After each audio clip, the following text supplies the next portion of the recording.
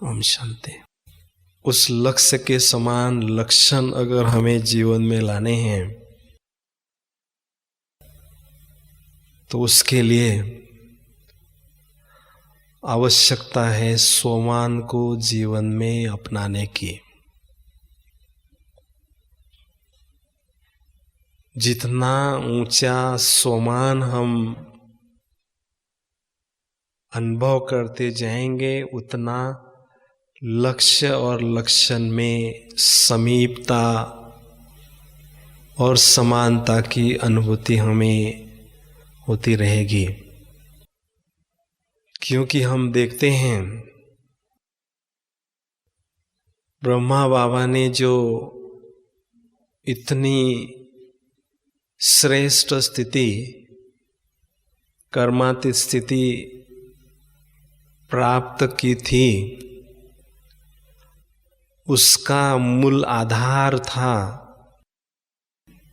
उनका शुरू से ही श्रेष्ठ स्वमान। बाबा को जब ये साक्षात्कार हुआ, अहम चतुर्भुज तत्त्वम,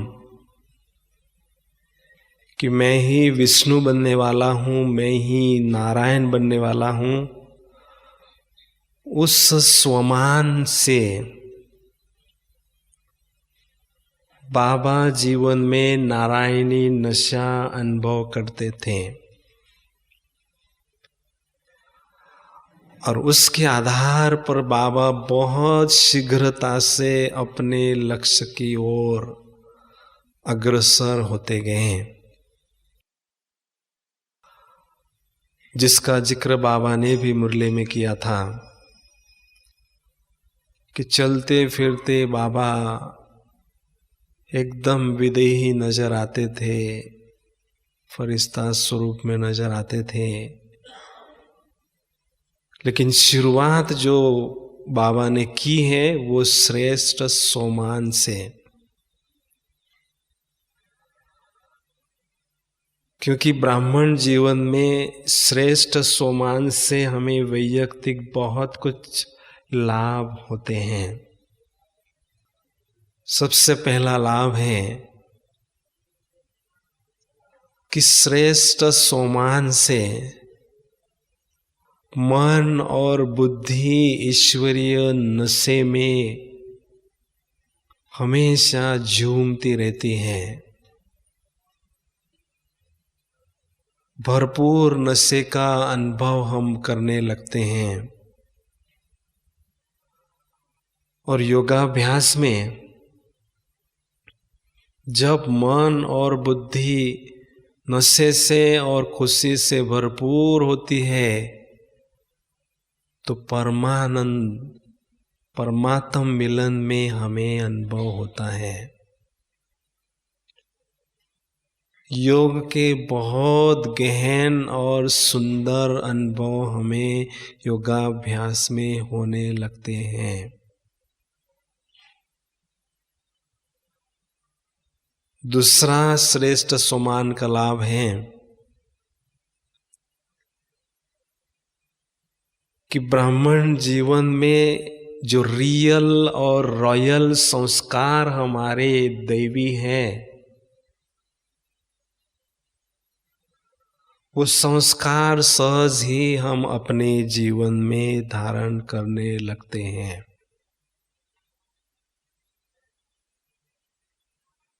क्योंकि श्रेष्ठ सोमान से हमारे कर्म श्रेष्ठ होते हैं, व्यवहार श्रेष्ठ होता है, जिससे हमारे संस्कार भी रॉयल और नोबल बनते हैं।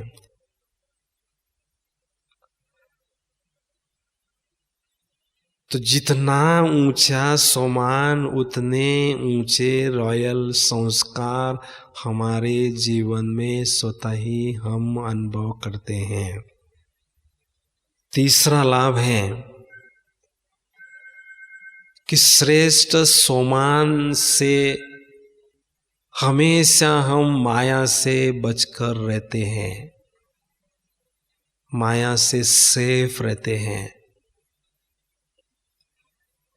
क्योंकि श्रेष्ठ सोमान जो है ये कवच का काम करती है। माया की दुनिया में रहते हुए माया से अगर सेफ रहना है तो सोमान धारी बनना बहुत जरूरी है।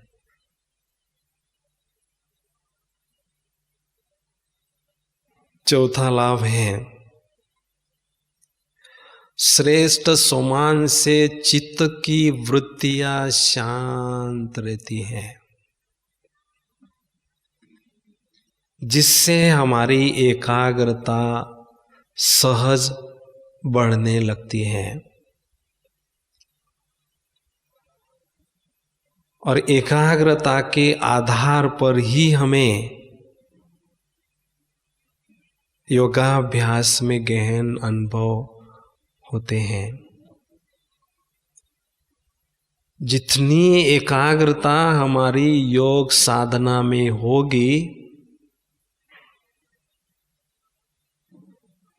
उतने गहन अनुभव हमें योगाभ्यास में होते हैं। तो सोमानधारी आत्माएं बहुत तेजी से एकाग्रता की शक्ति को बढ़ाने लगते हैं।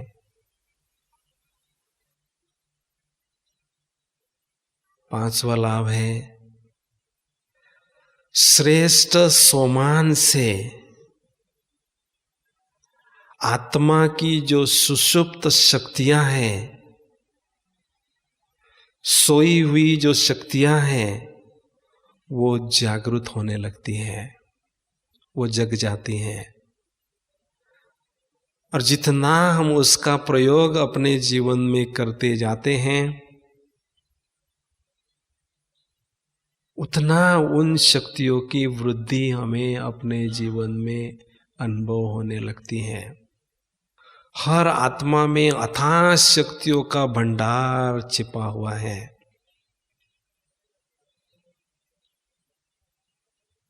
तो उन शक्तियों को जगाना ये सोमान का काम है। यज्ञ के शुरू में बाबा ने जो हमारी कन्याएं माताएं बहनें थी उनके जीवन में जो क्रांति लाई वो सोमान को जगा कर ही लाई। बाबा ने उनके सोमान को ऊंचा उठाया जिससे उनकी स्थिति ऊंची हुई और आज वो क्रांतिकारी बन चुकी है। ये है श्रेष्ठ सोमान का चमत्कार।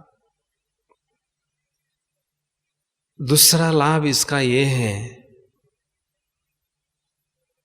कि श्रेष्ठ सोमान से हमारे मन में हमेशा श्रेष्ठ संकल्प उत्पन्न होते हैं और श्रेष्ठ संकल्प रूपी बीज से ही श्रेष्ठ कर्म रूपी वृक्ष हमारे जीवन में पनपते हैं। इसलिए श्रेष्ठ सोमानधारी आत्माएं हमेशा मन में सकारात्मक संकल्प और शक्तिशाली संकल्प उत्पन्न करने के लिए सक्षम रहते हैं। और इसका ये लाभ है कि सोमान में रहने वाले आत्माएं स्वराज अधिकारी की स्थिति जीवन में अनुभव करते हैं। आत्मा जो राजा है वो अपने सूक्ष्म कर्मेंद्रियों पर बहुत अच्छी तरह से शासन करता है, राज्य करता है, जिससे वो बहुत तेजी से मन और बुद्धियों पर शासन करके आगे बढ़ने लगता है। तो श्रेष्ठ सोमान से हमारे जीवन में बहुत कुछ लाभ हमें अनुभव होते हैं। तो वास्तव में सोमान क्या चीज है? सोमान अर्थात स्वयं ही स्वयं को मान देना, स्वयं ही स्वयं को ऊंची सीट पर सेट करना। तो ये जो सोमान का सिंहासन है, ये हमें भगवान से प्राप्त हुआ है।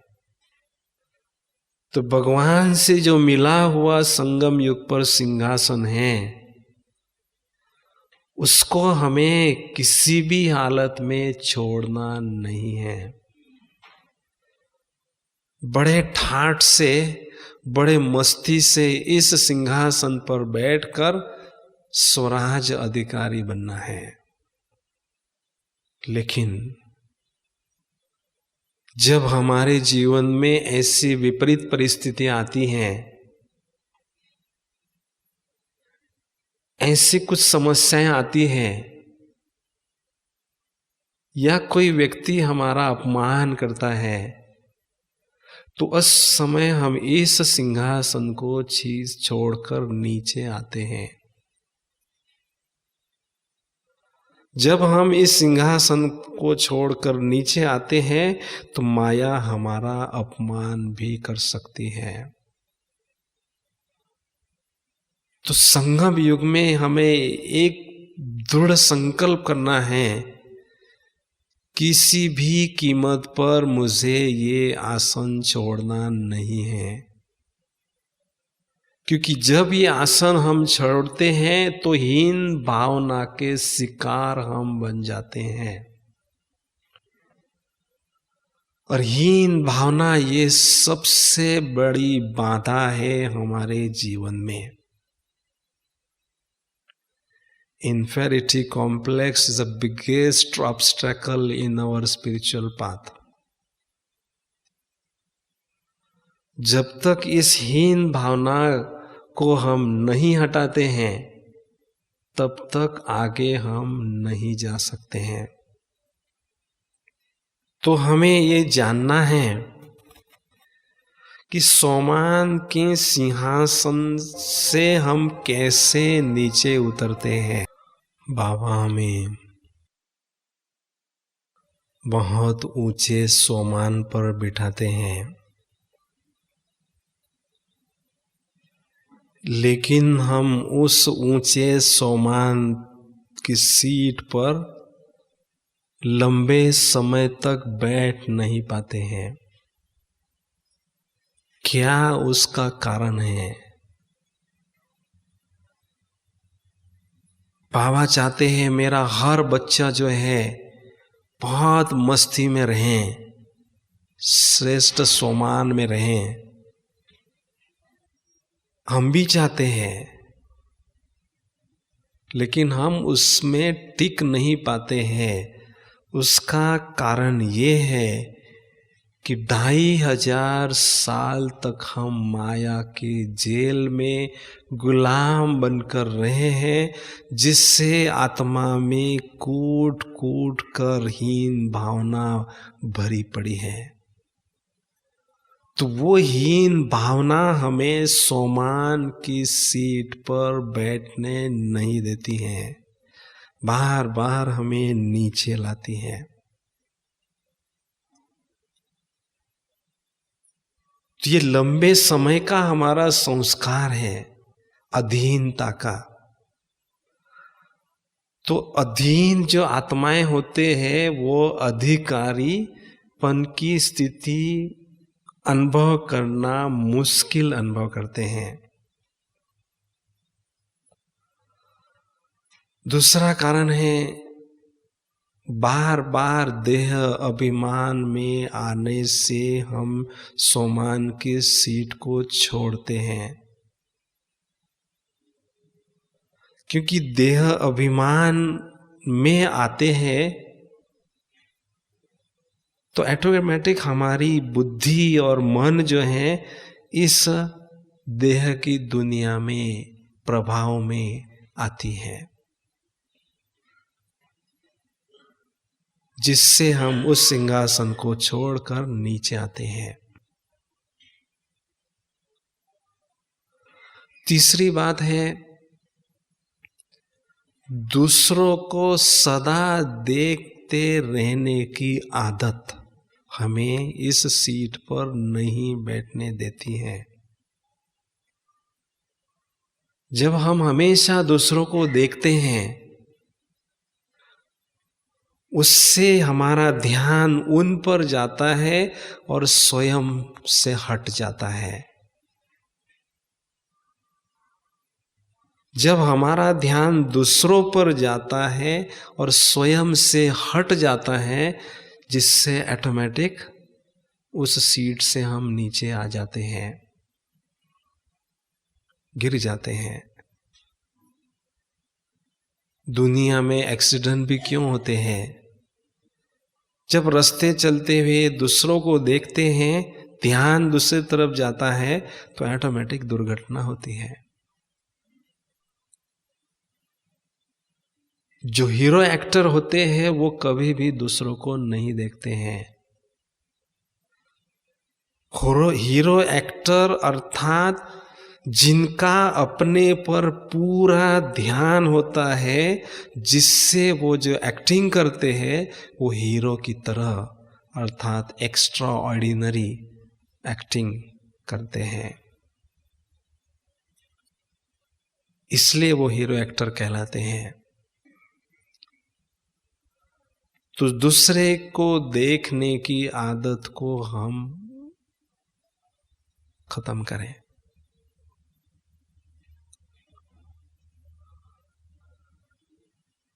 और तीसरा कारण है कि सांसारिक जो इच्छाएं हैं, अल्पकाल की जो इच्छाएं हैं, वो भी हमें इस सीट से नीचे उतारती है। जो आत्माएं संतुष्टता को धारण करती हैं, अल्पकालीन इच्छाओं से दूर रहते हैं, वही लंबे समय तक इस आसन पर बैठ सकते हैं, क्योंकि इच्छाएं हमारी मन और बुद्धि को भटकाती रहती है, अपने लक्ष्य से विचलित करती है, हमें पथ भ्रष्ट करती है। इसलिए सांसारिक इच्छाओं से हमें दूर रहना है, तो ऑटोमेटिक हमारा श्रेष्ठ सोमान हमें अनुभव होता रहेगा।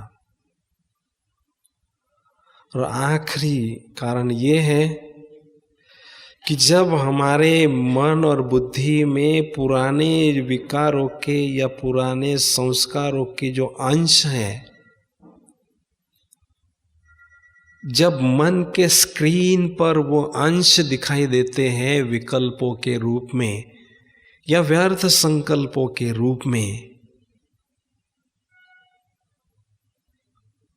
तो हीन भावना मन में आती है और हम उस सीट से नीचे उतर जाते हैं। जो पुराने संस्कारों के अंश है, जब वो हमारे सामने आते हैं तो हमें ये समझना है योग के द्वारा ये जो इम्प्यूरिटी है वो बाहर आनी ही है और उसकी सफाई होनी ही है। तो बड़े धैर्यता से उनको हमें नष्ट करना है।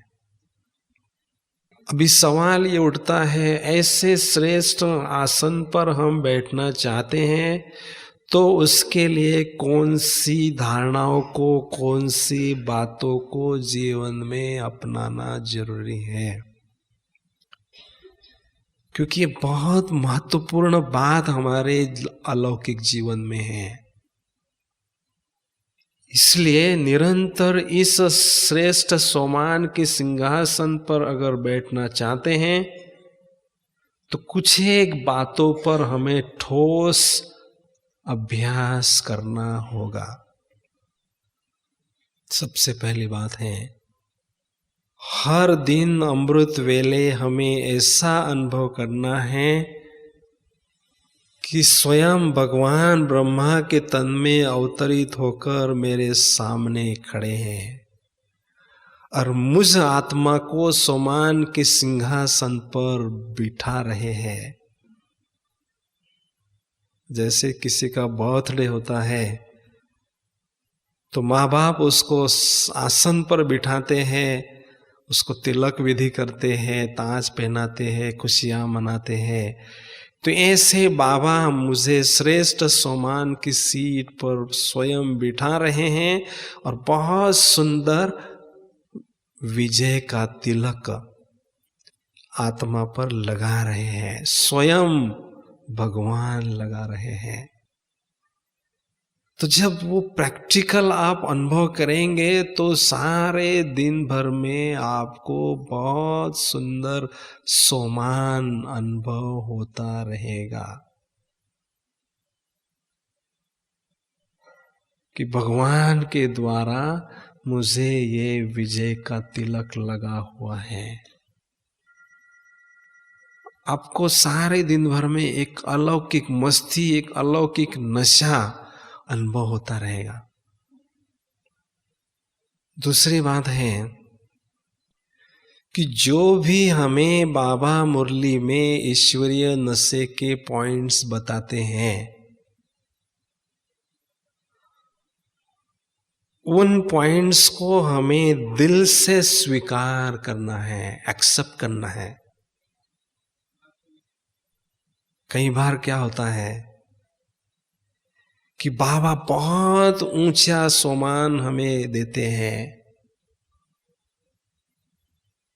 और हम सोचने लगते हैं कि इतने ऊंचे सोमान के हम लायक तो है नहीं, कितनी कमियां, कितनी खामियां मुझ आत्मा में हैं, मैं इसके लायक तो नहीं हूं। क्यों मुझे बाबा इतनी ऊंची आसन पर बिठाते हैं? जैसे कल बाबा ने कहा कि आप मेरे से भी ऊंचे हैं।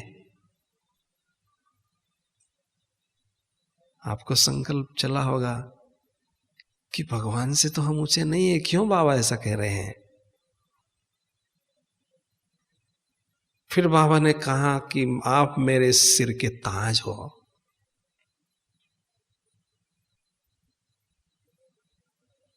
तो सत्यम शिवम सुंदरम इस संसार में एक का ही गायन है, परमात्मा का। सदा सत्य बोलने वाला एक ही संसार में है, सदा सत्य। हम सतयुग में सत्य बोलते थे, लेकिन द्वापर युग से वो छोड़ते गए। तो जो सदा सत्य बोलते हैं वो स्वयं हमें जो सोमान बताते हैं उसको हमें सहर्ष स्वीकार करना है। क्यों करना है? क्योंकि बाबा ही हमारे पास्ट और प्रेजेंट और फ्यूचर को जानते हैं और उसके आधार पर ही हमें वो वरदान देते हैं।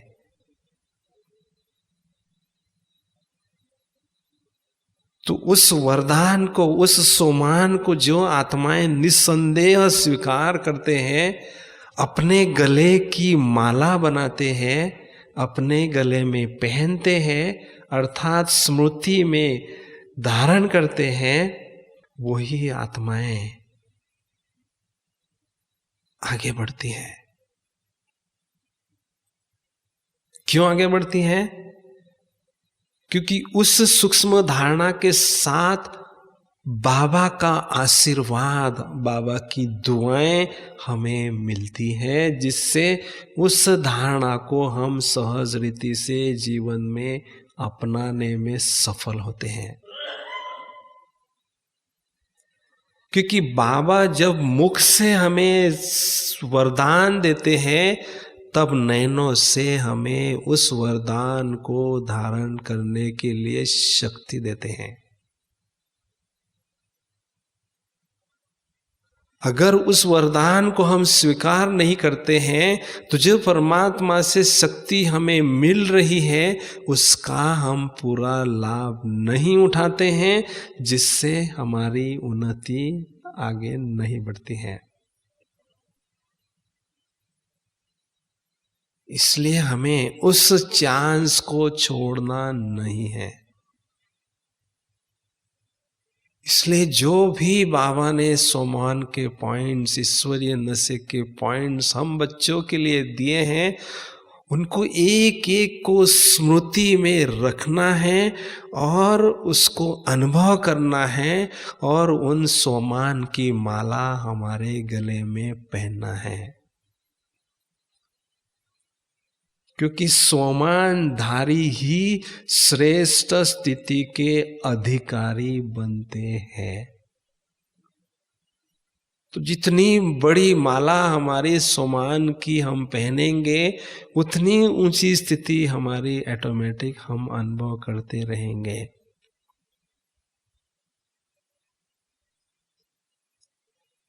इसलिए पूरे विश्वास के साथ एक एक पॉइंट को हमें बुद्धि में धारण करके उसका बहुत सुंदर मनन चिंतन करके बहुत सुंदर उसकी अनुभूति करते हुए हमें अपनी प्रॉपर्टी उसको बनाते जाना है। वो हमारी प्रॉपर्टी है। तो जितनी जितनी हम उसको धारण करते जाएंगे, अधिकार प्राप्त उस पर करते जाएंगे, उतनी स्थिति हमारी परिपक्व होती जाएगी। तीसरी बात है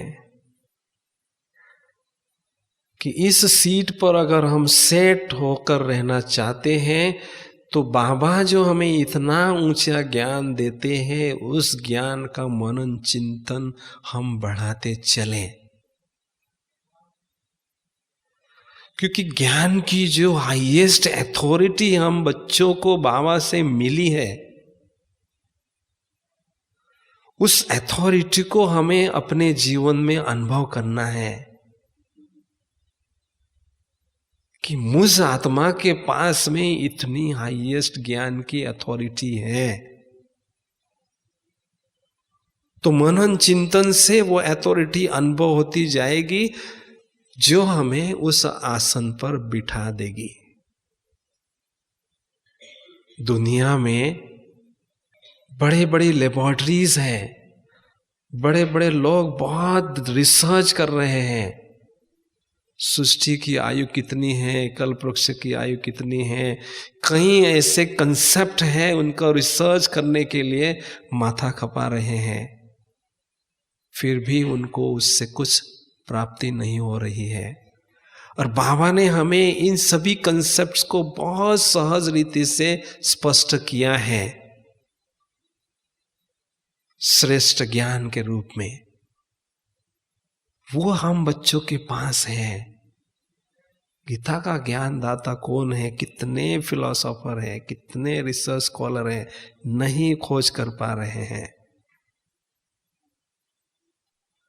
तो जब हमें उस ज्ञान की अथॉरिटी की अनुभूति होती है तो स्वतः ही हम उस ऊंचे सिंहासन पर बैठ जाते हैं। चौथी बात है,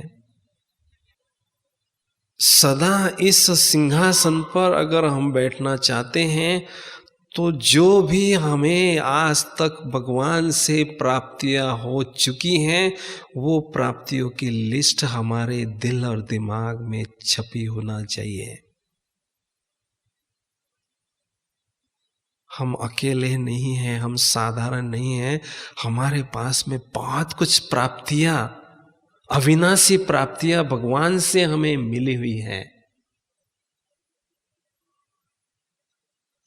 जब उनकी स्मृति होगी तब उनका नशा हमें चढ़ेगा, तब हम उस सीट पर हमेशा सेट रहेंगे। लेकिन उसकी विस्मृति होने से हम स्वयं को बहुत साधारण समझते हैं।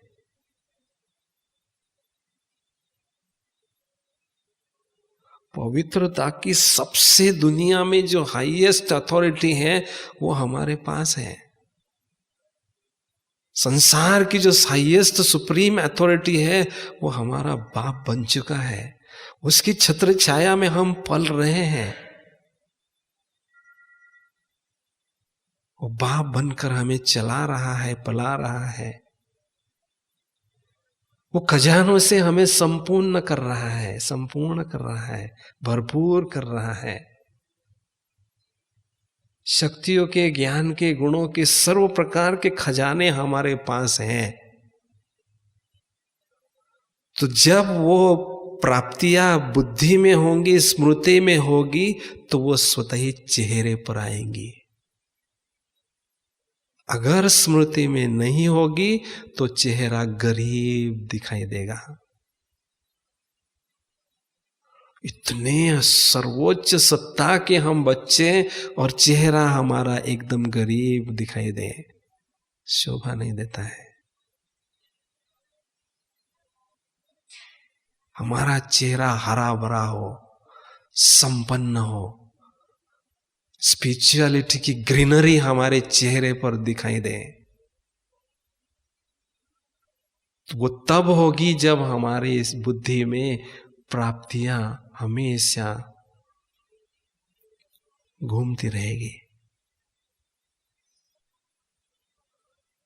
और प्राप्ति के आधार पर हम स्वतः ही हमारा प्यार जो है उसके तरफ बढ़ता जाएगा। जो बाबा चाहते हैं चलते फिरते एकदम अशरीरी स्थिति, विदेही स्थिति की अनुभूति हम करते रहें, वो बहुत सहज रीति से हम करते रहेंगे। क्योंकि द्वापर युग से लेकर जो देह का भान था, उस देह भान का प्रभाव हमारी मन और बुद्धि पर बहुत गहरा पड़ा हुआ है। उसके आधार से न चाहते हुए हम देह के भान में रहते हैं। तो ऐसे ही धीरे धीरे आत्मा का भान अनुभव करते जाएंगे, उसकी अनुभूति बढ़ाते जाएंगे, तो मन और बुद्धि पर उसका प्रभाव पड़ता जाएगा, प्रभाव बढ़ता जाएगा, तो ऑटोमेटिक हम सहज रीति से आत्मा के भाव में, आत्मा के भान में स्वयं को स्थित कर सकेंगे। देही अभिमानी हमारा नेचर बन जाएगा। नेचुरल स्थिति हमारी विदेही की होगी।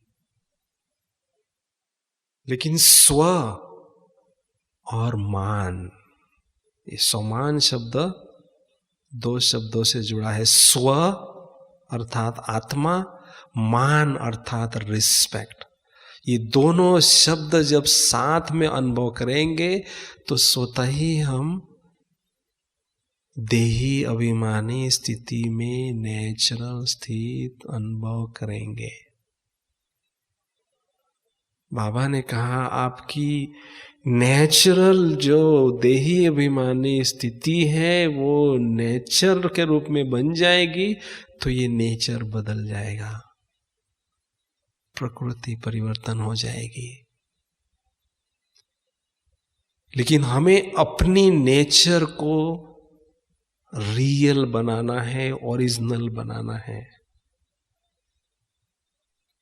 और जैसे बाबा चाहते हैं चलते फिरते फरिश्ता स्थिति अनुभव होती रहे, वो भी हमें होती रहेगी।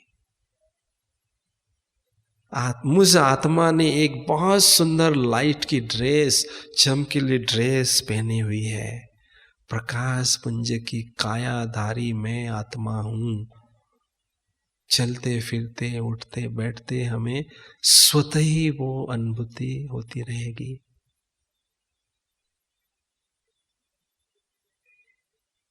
श्रेष्ठ समान सदा रहे, मैं एक अलौकिक फरिश्ता हूं, एक दिव्य प्रकाश पुंज धारी फरिश्ता हूं।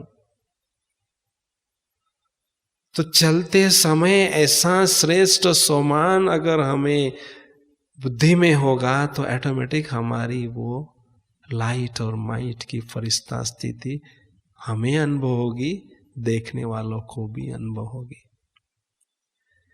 लेकिन आंतरिक स्थिति हमारी परिपक्व हमें करना है।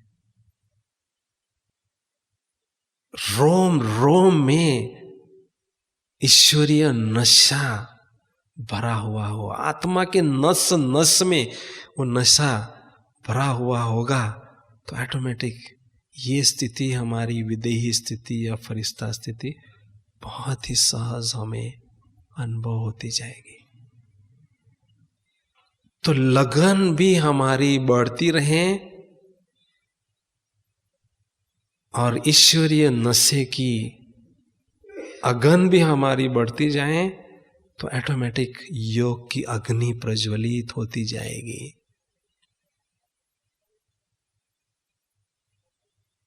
बाबा जो चाहते हैं दिल याड़े हाथ काड़े दिल याड़े, वो स्थिति हमारी हम अनुभव करते जाएंगे। बाबा जी की चाहना है कि हर एक बच्चे की देही अभिमानी स्थिति नेचुरल हो जाए, लेकिन नेचुरल होने के लिए आवश्यक है सोमान हमारा नेचुरल हो।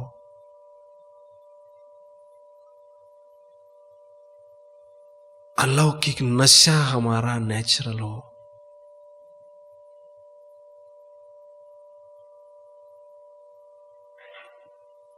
तो जो श्रेष्ठ स्थिति हम चाहते हैं वो श्रेष्ठ स्थिति ऑटोमेटिक हमें अनुभव होती जाएगी।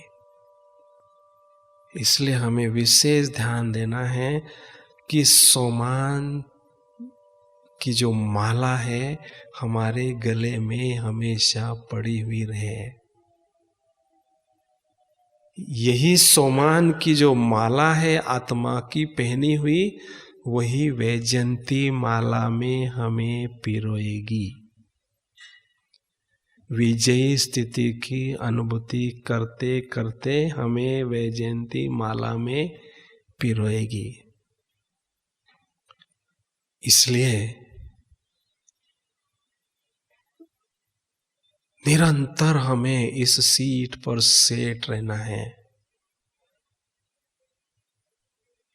अगर सेठ बनना है, सेठ किसको कहते हैं? जो माला माल होते हैं।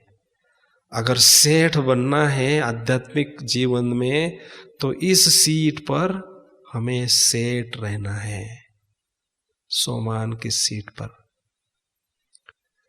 कभी भी अपसेट नहीं होना है। कोई बात होती है, ऊंचा नीचा बोलता है तो अपसेट नहीं होना है, लेकिन उस समय हमें ये ध्यान देना है कि अब बुद्धि को सेट करना है, ऊपर बुद्धि को सेट करना है। अपसेट के बजाय सेटअप करना है, तो ऑटोमेटिक स्थिति हमारी परिपक्व होती जाएगी। क्योंकि स्थिति हमारी है प्रॉपर्टी। जितनी स्थिति हमारी मजबूत होती जाएगी उतनी स्वयं की वैल्यू बढ़ती जाएगी। जैसी स्थिति वैसी स्तुति, ये नियम है। सारा संसार वैसी ही स्तुति आपकी गाएगा जैसी आपकी स्थिति होगी। इसलिए मुझ आत्मा की स्थिति निरंतर जो है बढ़ती ही रहे, चढ़ती कला की अनुभूति मुझे होती ही रहे। तो उसके लिए सोमान की सीट पर बैठने का जो नशा है या जो प्रतिशत है वो भी दिन प्रतिदिन बढ़ते रहना जरूरी है। समझा? तो इसलिए इस बात को हमें अंडरलाइन करना है कि सोमानधारी मैं आत्मा हूं। या सोमान की माला पहनी हुई मैं महान आत्मा हूं, भगवान ने मुझे ये माला पहनाई है। तो ऐसी स्थिति मुझे अनुभव भी करना है। ओम शांति।